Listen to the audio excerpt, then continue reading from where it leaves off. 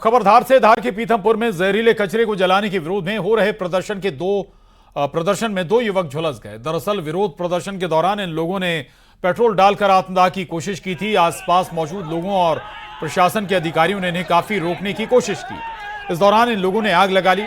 अधिकारियों और लोगों ने तुरंत ही उन्हें आग से बचाया। फिलहाल मामूली झुलसे दोनों लोगों को अस्पताल में भर्ती कराया गया।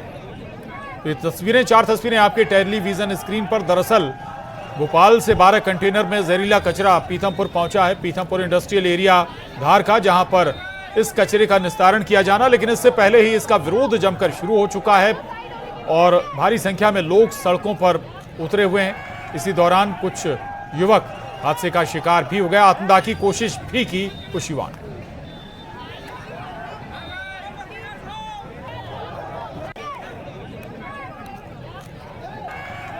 आज पीथमपुर बस स्टैंड पे लोग एकत्रित हुए और उन्होंने जो यूनियन कार्बाइड का कचरा पीथमपुर में आया है उसका विरोध प्रदर्शन किया है।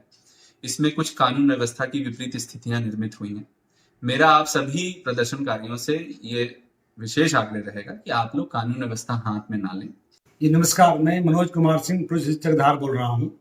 मैं जिले के सभी निवासियों से और खासकर पीथमपुर के रहवासियों से ये आग्रह करना चाहता हूँ कि जो यूनियन कार्बाइड का कचरा पीथमपुर लाया गया है, इस संबंध में विस्तृत चर्चा हो गई है। मध्य प्रदेश सरकार बहुत ही संजीदा है इस विषय को लेकर के। सरकार कोई भी कदम ऐसा नहीं उठाने जा रही है जिससे आम जनता को यहाँ क्षति हो, उनके जीवन को खतरा है। बहुत ही साइंटिफिक तरीके से इसकी जांच की गई है। जांच करने के बाद ही दोनों को आग लगे हुए देखा मैंने, तो एकदम राज पटेल के ऊपर पूरी आग जली हुई थी। उसकी एकदम टी शर्ट मैंने पकड़ के खींचने, मेरे हाथ भी कुछ इसमें झल पाए हैं, पकड़ के खींचा। कैसे आग लगी, मैं साइड में खड़ा हुआ था, एकदम देखा तो झलक रहे थे और मैंने उनकी टी शर्ट वगैरह राज पटेल की निकाली। और पीथमपुर में यूनियन कार्बाइड के कचरे को जलाने के विरोध पर सीएम ने कहा कि किसी को घबराने की जरूरत नहीं है, सभी की जान कीमती है, कुछ हानिकारक नहीं होगा। इसके साथ ही सीएम ने कहा कि कुछ लोग इस पर 40 साल से भ्रम फैला रहे हैं। जिनके कार्यकाल में यह घटना हुई वो कचरा नहीं हटा पाए, लेकिन हमारी सरकार ने 40 साल बाद इस कलंक को मिटाने की कोशिश की है, तो नफरत फैलाने की राजनीति की जा रही है। आपसे मैं अपील करना चाहूंगा कि जो कोई भी हमारे समाज के अंदर इसकी गलतफहमी फैलाता है, उससे बचाने की जरूरत भी है। सरकार पूरी तरह से गंभीर होकर के वैज्ञानिकों के मार्गदर्शन में ही यूनियन कार्बाइड के कचरे का निष्पादन करेगी। किसी भी हालत में किसी व्यक्ति के जान पे कोई खतरा हो जाए, ऐसा हमारा कभी किसी प्रकार का कोई स्टेप नहीं हो सकता। अभी तुरंत कचरा जलाने का निर्णय भी नहीं किया गया है, कचरा डंप किया गया है। जिनके शासनकाल में ये हुआ था और उनके दल के लोग अगर ये गलतफहमी फैला रहे हैं, तो आज 40 साल बाद भी अगर वो इससे बाज नहीं आ रहा है, तो मैं उम्मीद करता हूं कि वो इस घटना से सबक ले लें कि कम से कम वैज्ञानिकों पे भरोसा करे, सुप्रीम कोर्ट और कोर्ट पे भरोसा करे और सरकार उसके। और भोपाल गैस त्रासदी के कचरे पर एमपी में सियासत जारी है। इसी क्रम में कांग्रेस के प्रदेश अध्यक्ष जीतू पटवारी ने प्रदेश सरकार पर निशाना साधा है। जीतू पटवारी का कहना है कि सरकार ने आनंद खनन में रातों रात कचरे को डंप कराया है। साथ ही जीतू पटवारी ने कहा कि वो कैसे कह रहे हैं कि कचरा हानिकारक नहीं है। खनन रातों रात कचरे को यहां से वहां डंप किया गया। एक ही 9 बजे रात को पता चला कि कचरा जाएगा और मीडिया ने रात में विजुअल लिए। उससे पहले कोई सरकार का किसी प्रकार का किसी जनप्रतिनिधि को, किसी अधिकारी को, कोई मीडिया डोमेन में, पब्लिक डोमेन में कोई किसी प्रकार का संकेत नहीं दिया गया। ये चोरी क्यों? और न्यूज 18 संवाददाता धार से नवीन मेहर हमारे साथ जुड़ गए हैं। नवीन, एक तरफ इस पर सियासत भी हो रही है, दूसरी तरफ विरोध प्रदर्शन भी धार में या कहीं पीथमपुर में देखने को मिल रहे हैं। क्या तैयारियां हैं इससे निपटने की ताकि क्योस ना फैले?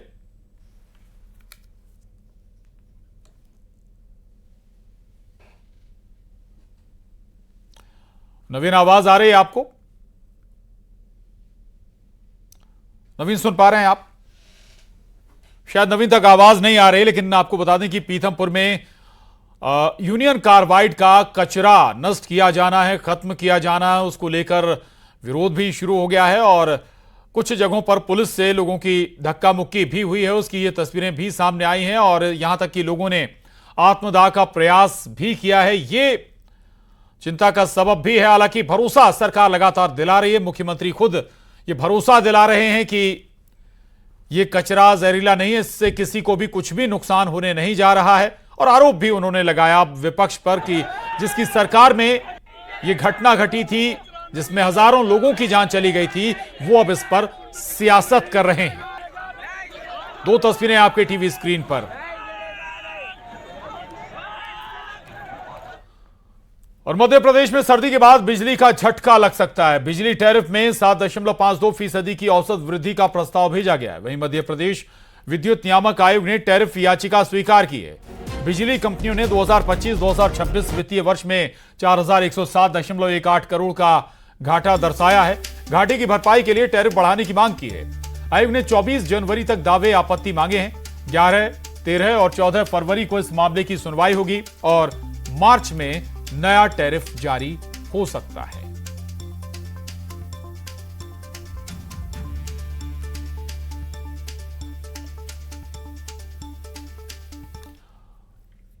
और जबलपुर में प्राइवेट स्कूलों की मनमानी पर लगाम लगेगी। 3 स्कूलों से 33.78 करोड़ की वसूली के आदेश दिए गए हैं। 48,000 से ज्यादा बच्चों को राहत मिलेगी। बता दें कि अवैध रूप से स्कूली बच्चों से फीस वसूली गई थी। वहीं अब 1 महीने के अंदर अभिभावकों को फीस लौटानी होगी स्कूल संचालकों को। साथ ही 2-2 लाख रुपए का जुर्माना भी लगाया गया है। नचिकेता विद्यालय से 5.85 करोड़, स्मॉल वंडर स्कूल से 12.02 करोड़ और सेंट जोसेफ स्कूल रांझी से 15.91 करोड़ रुपए की वसूली होगी। जबलपुर कलेक्टर ने इसके आदेश दिए।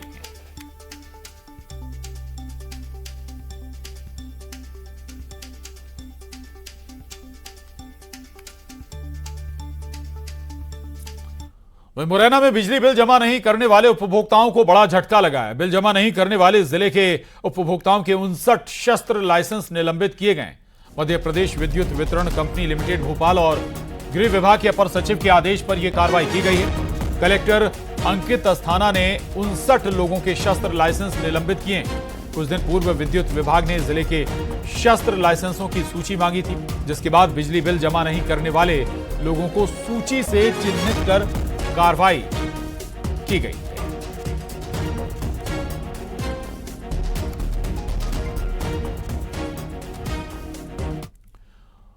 उधर जबलपुर में रानी दुर्गावती विश्वविद्यालय के कुलगुरु प्रोफेसर राजेश कुमार वर्मा की नियुक्ति और लंबे समय से छात्रों के आ रहे खराब रिजल्ट को लेकर एनएसयूआई ने जमकर प्रदर्शन किया। कार्यकर्ता ढोल नगाड़े लेकर विश्वविद्यालय के भीतर घुस गए और इतना ही नहीं, जब कुल सचिव ने बातचीत से मना कर दिया तो जबरन उनके केबिन में घुस गए। एनएसयूआई का आरोप है कि एग्जाम देने के बाद भी छात्रों को 0 नंबर मिले हैं। एनएसयूआई की मांग है कि छात्रों के सामने ही उनकी कॉपी को चेक किया जाए, तभी यह प्रदर्शन खत्म होगा।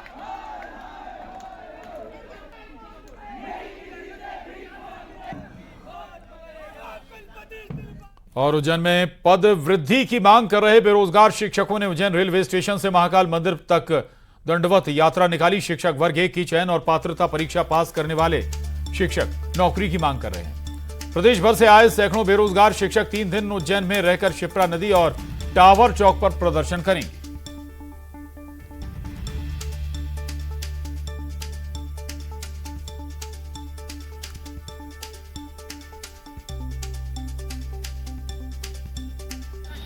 इसमें 2 परीक्षाएं दी। पहले से पात्रता परीक्षा होती थी, लेकिन गवर्नमेंट ने जो है अब की बार 2 परीक्षा ली थी, तो हमने पात्रता परीक्षा और चयन परीक्षा दोनों ही उत्तीर्ण की थी। और उसके बाद हम सब क्वालिफाइड है, जो कि अभी वेटिंग में शिक्षक हैं। तो हम चाहते हैं कि सरकार ने जो है बहुत कम पदों पर भर्ती की है।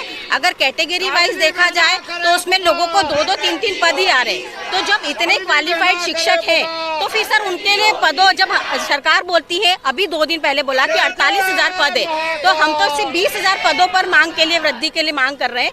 सरकार हमारी प्रार्थना को सुने।